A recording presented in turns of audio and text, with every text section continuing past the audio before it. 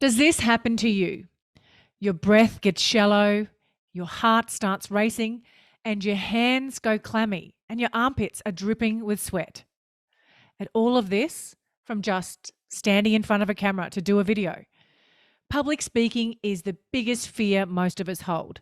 But what if you could overcome that fear and start showing up on video like a pro? Sounds impossible? Well, let me tell you, it's not. It's actually a lot easier than you think.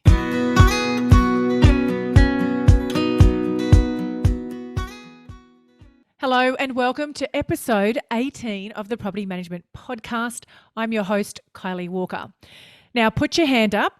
I'm putting mine up if you hate doing videos. Yep, that was me too. And the irony is, I used to be a television sports journalist for years. I worked with videos way before the iPhone made it easy for all of us to start showing up and sharing our stories and content. I was a nervous, sweaty mess that said and literally a million times, trying to get my message across. That was until I did two things. One, I started doing video consistently. Last year, I did one video a week for the entire year. And secondly, I worked with a coach. And the biggest thing that I learned, or the biggest shift that I made when it came to showing up on camera, was that I was making it all about me. How did I look? What was I saying? What if no one listens or likes my video? But at the end of the day, it's not about me. The reason I am standing up in front of the camera is to help you, my audience, to teach you, to share with you, to inspire you or motivate you. And honestly, as soon as I made that shift, doing videos was a much more enjoyable experience. My guest today is Jen Trevorrow, or JenT as she is commonly known, and she is a video confidence coach. But she was once so terrified of public speaking that she would get angry and take out her anxiety on her loved ones. To overcome her fear, she enrolled in a public speaking course, and by the end of it, she became the MC for the speaking coach. Now, Jen is a video nerd, and I hope she doesn't mind me saying that, but she understands the science, the behaviours, the strategy, and how to get the desired results we all want from video. A deeper connection with our audience, attracting more of our ideal clients, and having the confidence to show up as our authentic selves on video. Now, you'll want to grab a pen and paper because Jen shares so much value in this episode. So let's dive on in. Hi, Jen. Thank you so much for joining me on the Property Management Podcast today. Now, before we dive in, can you tell our listeners a little bit about yourself and your business? I would love to. Thank you so much for having me on here. People working in real estate, it is so important for them to be on video. So it's an absolute pleasure to be able to add some value. I'm Jen T, or Jen Trevorrow. I'm the owner and founder of Be the Confident You, where we teach powerful ways of being able to communicate on video to attract more of your ideal clients to you. I got into a presentation very, very unusually. I used to be really, really fearful of any time I had to speak in front of people, and I really didn't like the person I became before I had to present. I used to become very angry towards the people I loved, and I'm really not an angry person. So it was an unusual thing that it came out for me like that. But it really came down to a fear of I'm not good enough. It came to a fear of rejection, the fear of uncertainty would come up, and just that feeling of not feeling good enough really, really showed up for me. So I decided to invest in myself and do something about those fears. And I went to a public speaking event, and I was absolutely blown away with what I learned on the day. And the three key things that stood out for me were that mask that I would put on of please like me. It was the negative self-talk that I was constantly disempowering myself, but also, anyone can learn how to be a powerful presenter with the right strategies and the right coaching. So I went from being absolutely petrified to being the lead coach and trainer for a public speaking coach and her MC. So not only was I gone from the fear of public speaking to then speaking for a public speaking coach. So I don't think you can get much more of a dramatic shift than that. And then 2020, I decided I'd been really delving into the differences between presenting on stage to presenting to camera. And I really saw that there was just some things that some people were doing really well on stage, but doesn't translate in front of the camera. So with my background in marketing and business management, I went into more presenting just for camera in 2020, relaunched my business as a video coach. And now I get to work with hundreds of different business owners to help them craft their really clear message it's really clear and concise, but it's attractive for their audience, and helping them get new clients regularly, helping them grow their business and become the leaders in their industry. I can totally relate to all of those fears that you had around being on camera. In fact, last year, when I first started That Property Mum, I set myself a challenge that I would do a video every single week. And I did that last year. For the whole year, I did one video a week. And now I'm so not fearful of getting in front of the camera at all. But also, obviously, working with you has also helped me in that respect as well, and given me some great strategies as well. But let's start at the beginning. Now, we are all becoming increasingly addicted to watching reels and TikToks. Why is that? Why is video so powerful, and why do we need to be doing it? There's a lot of science behind it, and there's a lot of things that happen in the brain. Our attention spans are getting smaller and smaller and smaller and smaller and smaller. And so what we need to do is be able to hook people's attention. Now, video is processed by the brain 60,000 times faster than reading. 60,000 times faster. So if you've got someone who's got a busy mind and you send them a video, they process the information. Now, 95% of a message is remembered when it's heard and seen, only 10% when it's read. So what happens in the brain, like the emotional connection, if you're reading a book or a long post or something like that, you have to put the emotion into the words. Now, there's neural mirroring and neural coupling in the brain. Like if you're telling a story and you're eliciting emotion within your audience, and that's what you want to do. You want to elicit emotion. Once you do that, parts of their brain cannot tell if it's your story or theirs. And so they have the same neurological shifts and their brain lights up in the same parts as you if you're telling a story well. So it's absolutely fascinating. Now, there's stats for videos. If you look into the statistics, there's 3,000 years worth of video content posted every day to Facebook. Video gets 3 to 6 times more views. And if it gets engagement, it gets even more. So a live video will usually reach over 6 times the amount of people than putting up a photo. So really, really valuable, grabs your audience's attention, it holds their attention, it's more engaging, and you're putting the human into your business. And people don't want to do business with anyone other than another human.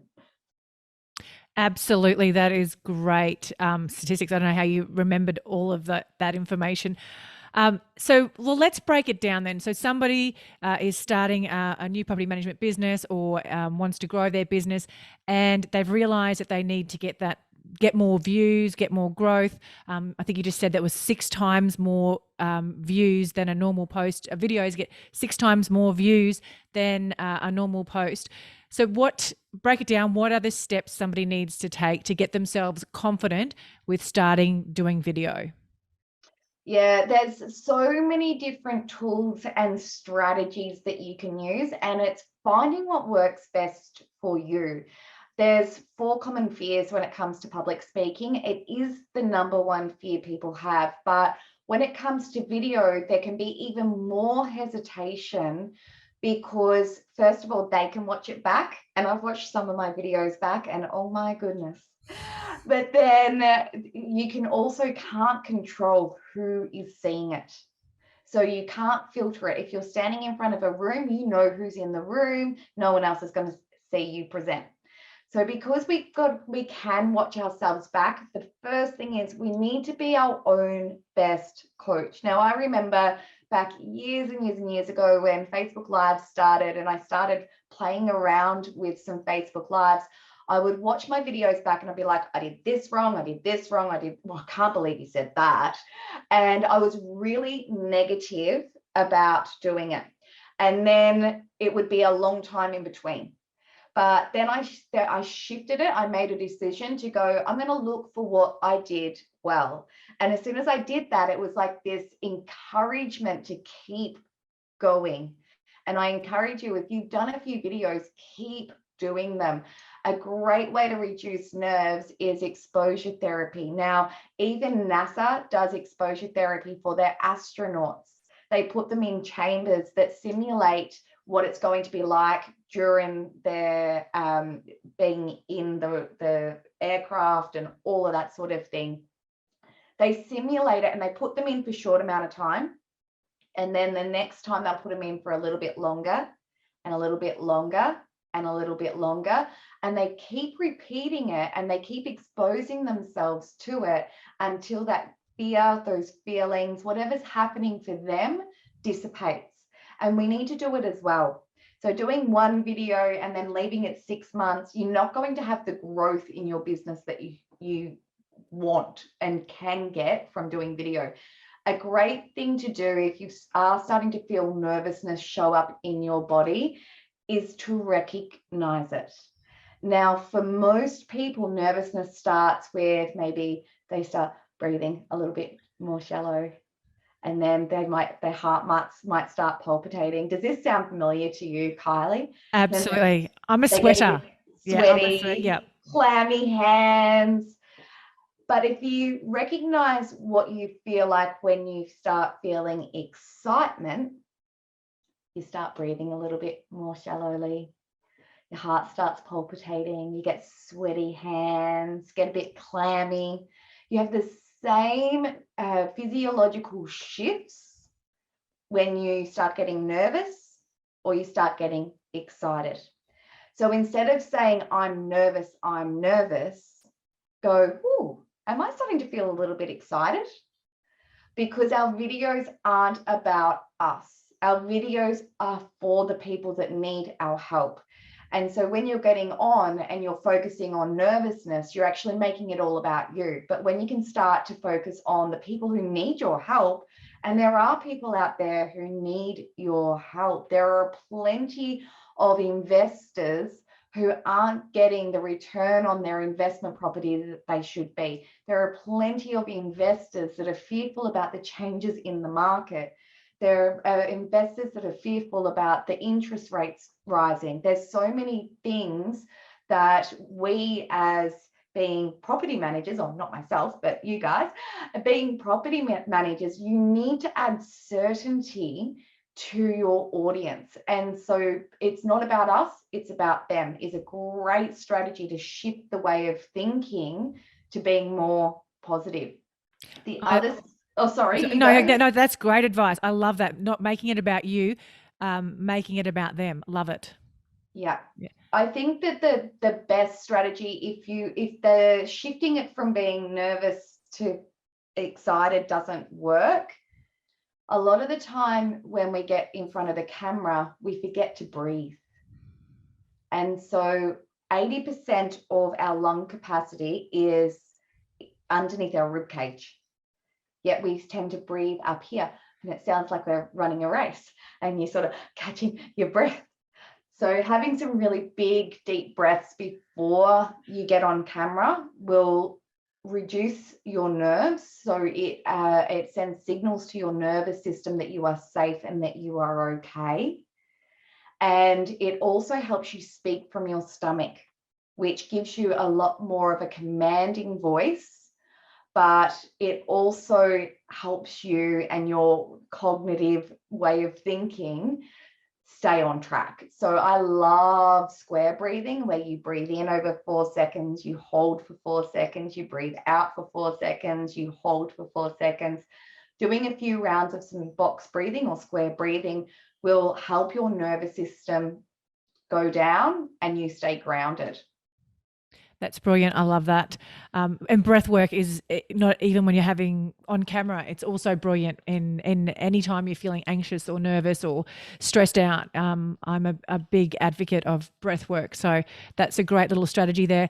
Let's maybe dive into now talking about how to structure a video. So, you use some great examples there for what property managers could be talking about. So if I was going to talk about investors and educating them on the interest rates, what's a great way for me to start to structure? What do I say? The first thing we need to remember is we have less than 3 seconds now to hook someone in. So we need to really grab their attention from the very start.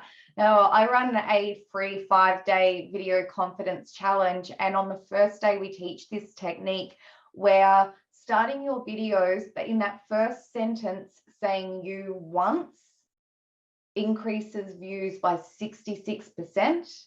It increases views by 98% if you say you and a variation of you twice in the first sentence.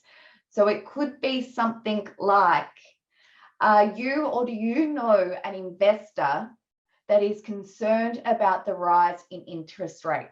Hi, I'm whatever your name is.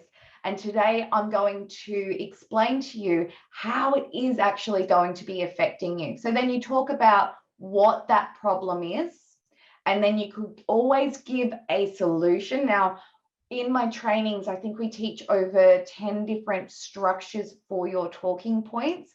Having a great structure helps your videos flow, but it also keeps you on track. So there's lots of different ways you can do it, but every single video to give it a purpose. And I see so many people making this mistake is they don't tell people what the next step is. So having a really great opening, but then having a call to action or a next step is vital to give your video a purpose. And our videos are either there to inspire or to persuade. Now, one thing you do not want to do, this is a big avoidance one, is do a sales pitch at the end of every video. We don't want to do that. There are so many different things you can say instead of that. It could be something like, if this has been valuable to you, make sure you like and share it. If you've got any questions, please make sure you pop them in the comments. Send me a DM if you want more information. So there's lots of different things that you can do, but you need to tell people what the next step is. That's brilliant. I love that. That's and in fact, I've done your 5-day video challenge, and it is brilliant. So brilliant, and can't recommend that more highly to anyone that wants to up their video game. Now, we're all vain at the end of the day, especially us females. Is there any particular equipment or, do we need a specific microphone? Can we just use our camera mic?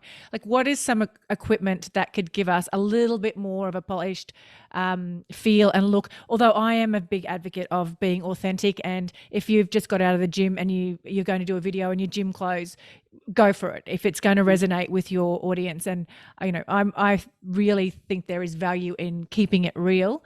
I'm not sure what your thoughts are on that as well, but yeah, what are some of the stuff that we need?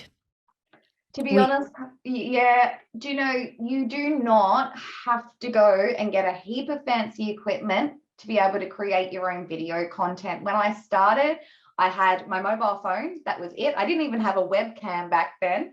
And I used to stack up books on the high chair when my son was little and try and get my phone to balance. And I've slowly gotten more and more.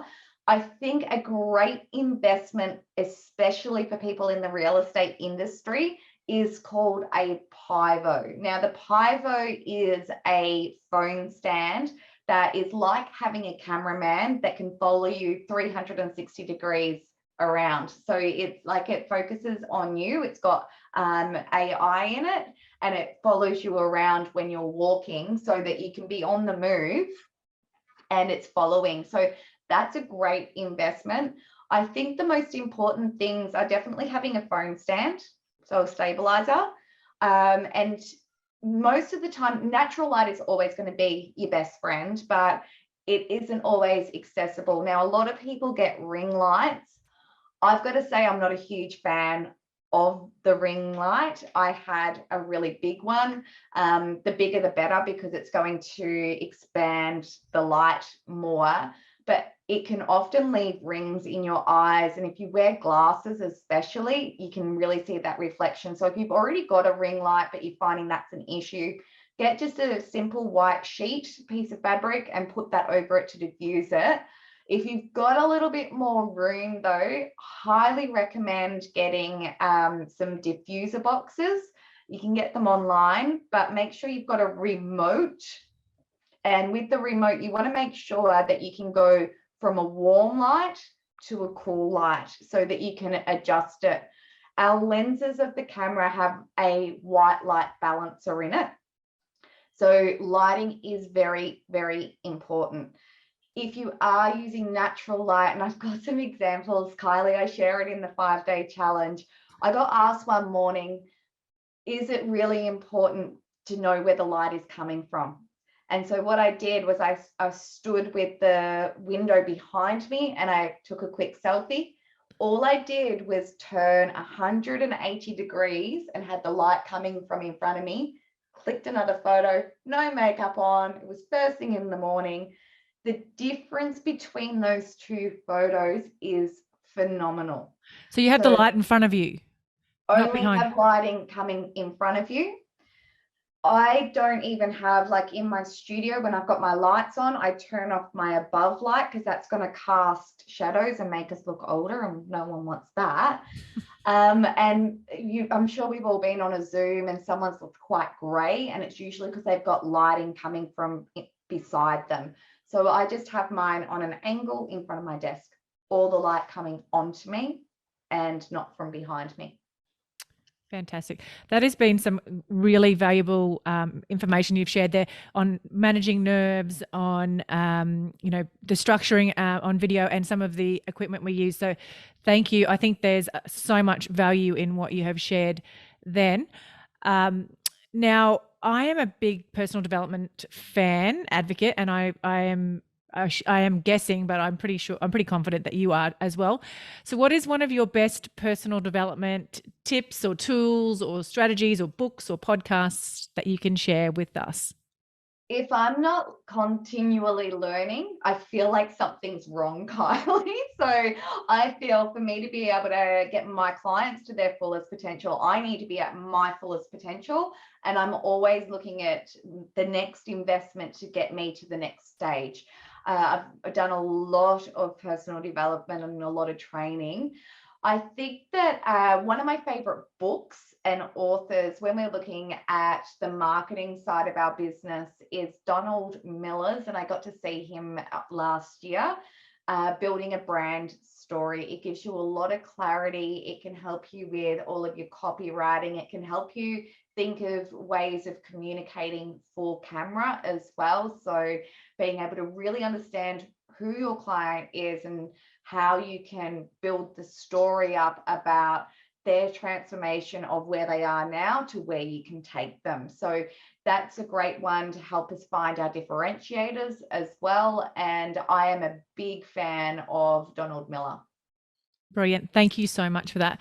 Now, how can our listeners learn more about you or reach out to work with you further? Follow me on socials. So that's probably the easiest thing. You can get a bit of a feel of who I am, how I help people, what we're all about. And then if you wanted to send me a DM or an email, I'm more than happy to share my details with everyone, Kylie. And I also offer a 30-minute strategy session. So if you and maybe your team are trying to think of different ways of being able to create video, what video to create, all of that sort of thing. Definitely, you can book in a 30-minute session. I can pop my links in as well. And the best thing is, join the free 5-day challenge. We run it 6 times a year. We've got one coming up very soon, which I'm excited about. The transformation's undeniable. You have a heap of fun and you learn some really valuable tools in there.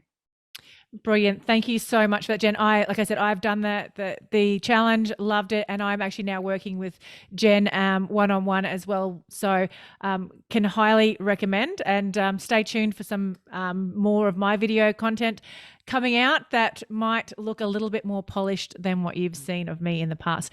Thank you so much for joining me today, Jen. I really appreciate it. My absolute pleasure. I hope everyone got some value from today.